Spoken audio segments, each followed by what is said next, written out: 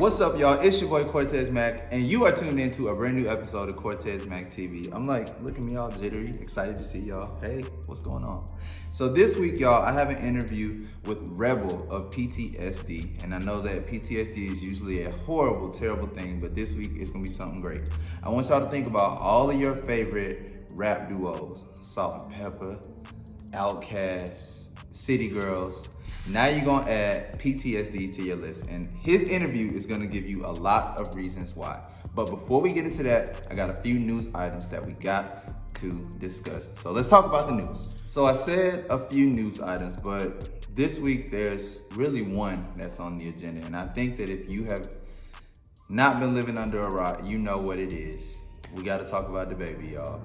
So I'm so disappointed, and the reason why is because I did consider myself a fan of the baby. I feel like his music is great. His videos are like top tier, my nigga. Like his video, ain't nobody touching him on his videos. He's creative. Like he's like a male version of Missy, of what Missy used to be, I feel like, in terms of his creativity. But I can't support somebody that so openly like spit in the face of the gay community, and then it's like he don't have any remorse for it. So for those that are kind of unfamiliar with what happened, he basically, at Rolling Loud, in a way to kind of encourage crowd participation, you know, the crowd will like put their lighters up or their phones up with the lights and stuff.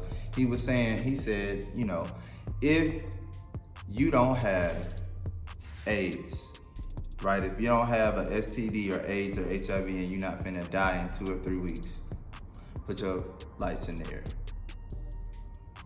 Ladies, if yo don't stink, if it smell like water, put your in the air. Fellas, if you ain't just got done sucking in the parking lot, put your lights in the air. Why was that on your mind? Like, if you trying to get the crowd hype, why was those the things that came to your mind to get them? You could have said, yo, if you came in here on some good ass vibes, put your lights in the air. If you in here with your motherfucking best friend, put your lights in the air. If you got money in your motherfucking pocket right now, put your light. He could have, if you fucking with the baby, something like, why was the first thing that came to your mind to say, if you don't got no HIV and you ain't finna die? How you getting people hype, my boy? Like, you really gotta step your hype skills up.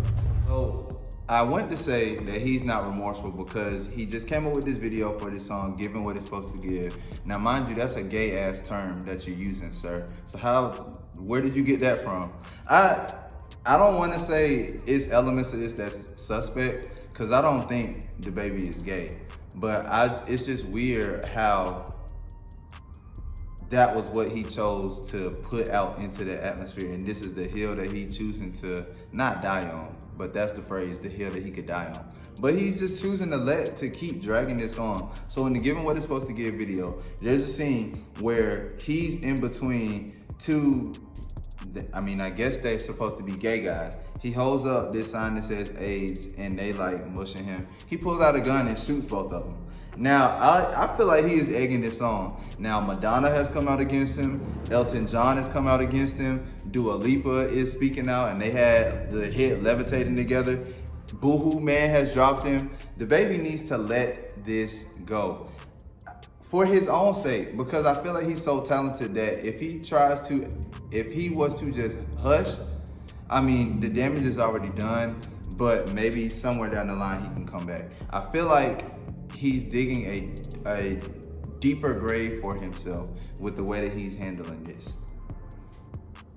The LGBTQIA community doesn't play, and it's clear that when they feel wronged, they're gonna be active and they're gonna be vocal, and there's gonna be consequences. I wish that it was true like that for every marginalized group, that when things were wrong, that they would have representation to the point that they wouldn't have to worry about if there were gonna be consequences for the person who messed up. So the other part of this that's so difficult to deal with is the response, like the comments online from people who are defending him and saying like he has a right to freedom of speech. We had Boosie and T.I. coming to his defense, but then they made it into a DaBaby versus Lil Nas X type situation, which confused me because I don't get when it became that. And their stance is, if Lil Nas X can do all the things that he does, or if Lil Nas X can be gay, because that's all he's doing is being gay and living his life and being authentically him and trying to put his life into his art the same way other people do, the same way anybody else can kiss in a video and do all these other things. This is what Lil Nas X is doing. That's it. They equate that to somebody saying, oh, I don't fuck with you if you do XYZ, or I'm gonna talk about a disease that is disproportionately affected your group, and now this video is making it worse. It's a disconnect. There needs to be some communication between the baby, and I think some organizations, and I feel like some have reached out to him to try to get him to educate himself a little bit better, because there's already a stigma surrounding HIV and AIDS, and it's not the death sentence that it once was, like in the 90s and in the 80s, like we saw with polls. And I'm glad that there's things like polls to balance out that perception, because we saw that not everyone that got it died. We saw that some people got treatment and they lived through it. And so now the medicine is even better. So it's crazy for him to put that out there when there's still people in this day and age who will find out somebody's HIV positive and not want to drink after them, or not want to hug them, or if they get a bloody nose, they're running and scared. So I don't think that he should be canceled, because I don't think canceling is productive. You cancel somebody, all they gonna do is feel victimized, and they can feel like they validated in being mad and doing what they were doing. If you cancel me, all you doing is telling me I shouldn't fuck with you in the first place. I don't care. But if you teach me and educate me and hold me accountable, I got room to grow. I got room to improve and be better. And that's what I feel like should happen with the baby. So y'all drop a comment below. Let me know what you think on this issue. But I also need you to stay tuned, because up next I have an interview with Rebel of PTSD. What's up, y'all? This week I am joined by Rebel representing PTSD. And I'm going to just let him tell you who they are real quick. PTSD is, for one, the best rap group out right now. We're two brothers that pretty much have always had a passion for music, and we just kind of take our experiences and live in this world, being young, gay, black, men, and we created, anthems for them. Like, we created, music that we can actually relate to, that we don't have to change up the pronouns and nothing like that. It's genuinely us. So and y'all have been consistent. So I want to ask you about the newest project, PSA. What went into that name? Was it just y'all putting everybody on notice that y'all here? Basically, that was that's it. Like in a nutshell, like it's just, again, just anthems of us being out here as genuine artists. Whether you want to hear, twerk songs, whether you want to slow it down and hear a little lethal, love shit, and then we have, of course, our banger, Expensive. So it's just like us saying that we could legit do anything. Definitely. So what's been the biggest confirmation of y'all really killing shit? What's been your moment to sit and look back and be like, damn, we really doing it right now? It's been a lot of moments, but I would just say that it was from our release party and just having both of our moms there, and just them just really enjoying seeing us, in our elements. It's something that we both always wanted to do, and to be able to share that joy with our families and with our best friends, and it really meant a lot to us. So that right there, I feel like we can both say that confirms where we are today. And we did chart. We peaked at 37 on the rap iTunes charts. Yes. Okay. So I didn't even know that. Yeah, it was. I mean, that's all. We here. We lit. We here. We lit. We here. And that's it. So, if y'all are wondering, I know that y'all are looking and you're like, okay, he keeps saying we, us, as if it's a group, but there's only one person here. So, talk to us about your group mate. So, my best friend, my brother, we've known each other since middle school, we actually started out as enemies. We weren't the best of friends, and then it was at a basketball game. We just came together and was like, wait a minute.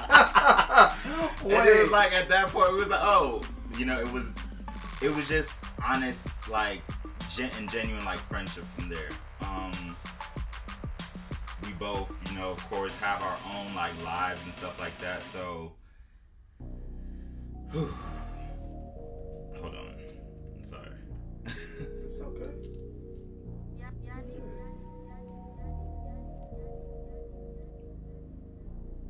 So like we both like, you know, have a lot of stuff going on, and we both are like genuinely trying to get it in from the mud, like this, from the, you know, from the album to merchandise and like to the music that we put out. Like it's really everything that we both work so hard for, and we're still working for it.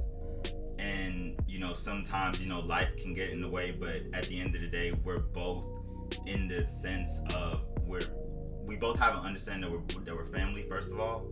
And if either of us ever have to represent for us, it's always gonna be PTSD. So whether I'm doing something by myself, whether he's doing something by himself, it can always be still. You're always gonna see PTSD in either of us. So that's my brother, and I love him to death. And if it wasn't for him, I wouldn't be here. So. Shout out to Moody. We love you. We thinking about you, and we can't wait for you to sit down with us, both of us, on Cortez Mag TV. And it's coming soon, sooner than y'all think. So let me ask you this then: what would you say to, and because I mean, as much as we can try to deny it with groups, there's always that audience thought of, or the fan thought of, when they gonna break up, when they gonna separate, or which one is gonna do X, Y, Z. And when they see people doing solo ventures, they try to put that negativity in the air.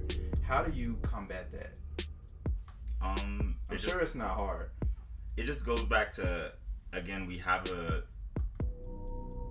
deeply rooted relationship already, that it's like we aren't gonna let there's really nothing that can really come in between us.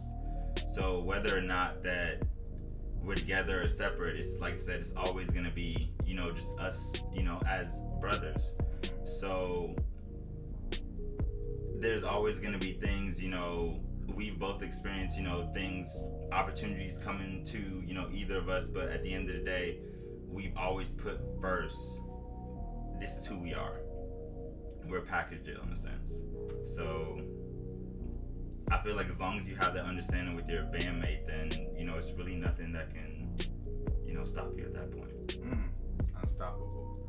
So do you have any aspirations for anything on your own outside of that, or is it all joint, like we doing all of this together? No, we both like have like certain things that we want to do like separately. Like we both have a really great passion for writing.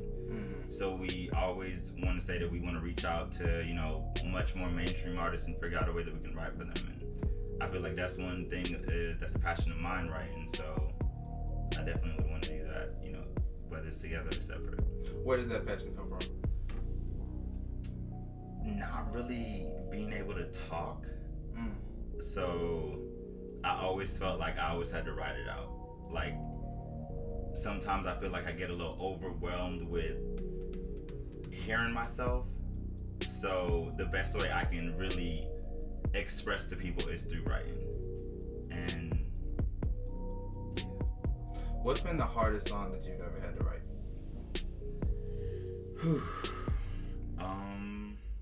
Lethal. Backstory for the people. Yeah. Well, all the music on PSA is like very like personal to both of us, but Lethal was I actually wrote it about somebody that I was specifically dealing with at the moment, and it allowed me to really not only share that, you know, feeling with that person, but it really allowed me to kind of let it go. Like to kind of just, like I said, love is a lethal weapon. Take you all through hell just to get you up to heaven. And it's like, that's really and truly what it is. It's kind of like you have to appreciate the bad, because at some point in time you enjoyed the good, but sometimes you just need to kill that shit. And but that's hard though, to know when to push. Well, it's not that hard, but it is to know when it's time to give it up, when it's detrimental to you, or when it's testing you and it's like, we can get through this. Where do you draw the line? How do you know the difference? I feel like something just clicks inside of me that says, all right, this is it. Cut that Like, nigga off. it's very hot and cold. It's very kind of like, it's only so much. Like, I'm very aware of my breaking points. Okay. Like, I can tell you right now what is going to just set me off. So when I feel like that's it, and of course you're gonna have relapses and you're gonna want to go back every now and then, but always go back with intention of knowing what you're going back for. Quotables with Rebel. Would you ever write a book? I feel like you would write a dope ass book. I actually did write a book. I wrote a poetry book that has been out for a year. See what we stumble on? Just stumbled on that bit. Now let's talk about the poetry book. It's called I Don't Want to Live Forever, But I Don't Want to Die. And it's a series of 28 poems that I wrote, just kind of expressing different experiences that I've had throughout my life. And I turned it into a audio, thing that's on iTunes and Spotify and all that stuff. But ultimately, that poetry book is what kind of opened up my eyes to maybe, I could really follow my dreams of being a entertainer. So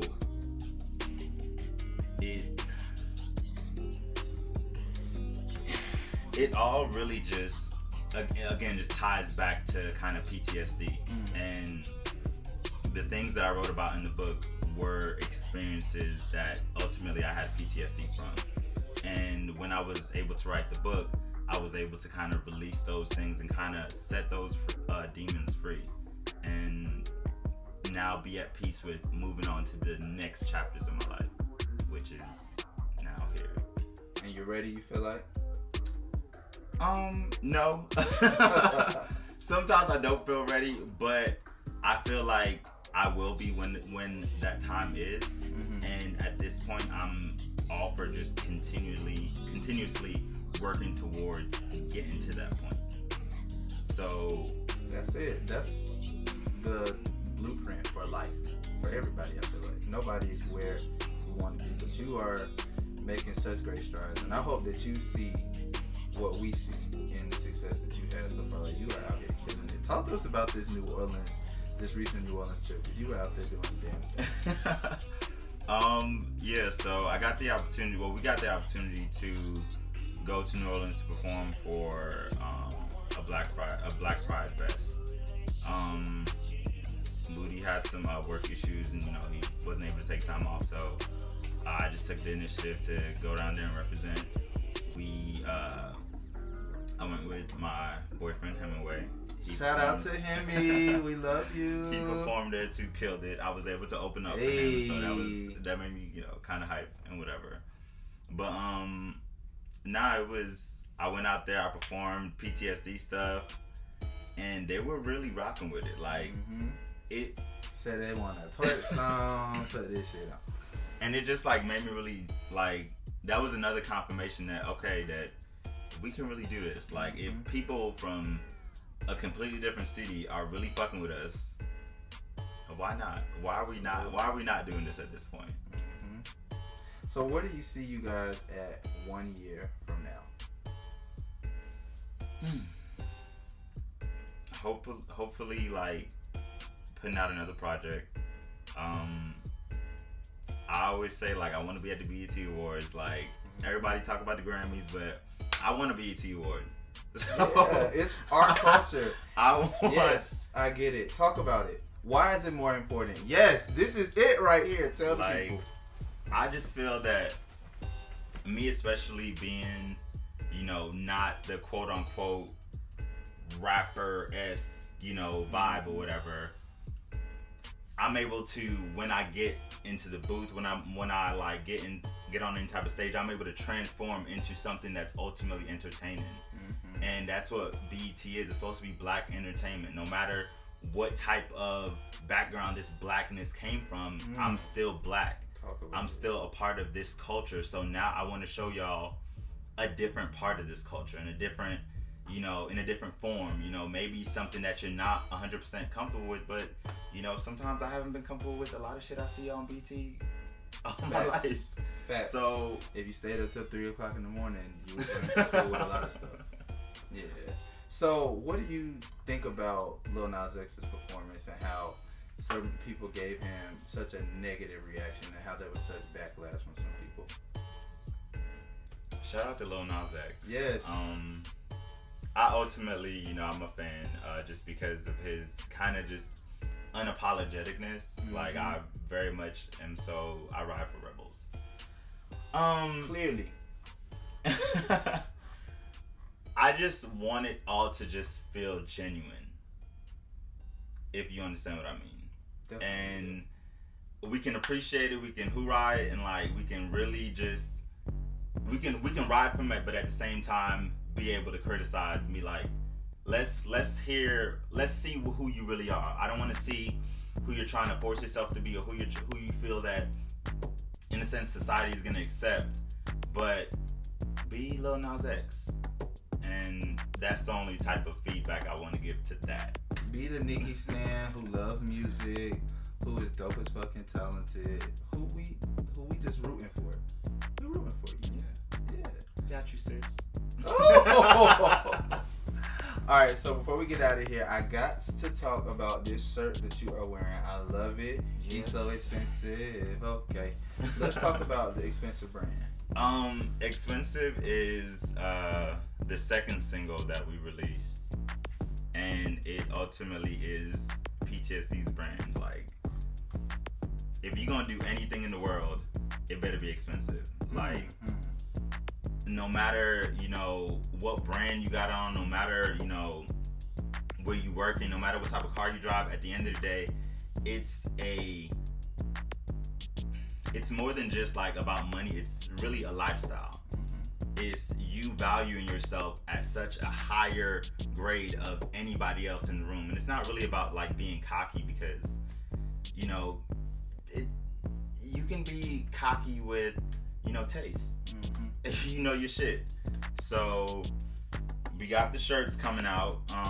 We got masks. We got a bunch of other different shirts coming out as well. Safeness. But I mean safety. Not safeness, safety. It's really all about continuously getting the name of PTSD out there. And that's what we want to always do. Keep doing it. Keep them doing it. Alright, so with that, we about to wrap up with a game. You ready? Not really. But he's ready though. So being that y'all are a power duo, a power couple, if you will, out here. Not a power couple, but you know what I mean. Y'all are a dynamic duo out here killing it. I'm gonna give you 4 famous rap duos, and we're gonna play One Gotta Go. Oh. Ah! Okay. Alright. Hold on, can I get a little more champagne real quick? We're gonna take a quick champagne break, and we coming with the game, y'all. Stay tuned. Alright, y'all, so we back. It's game time. One Gotta Go. I'm gonna give him 4 famous rap duos.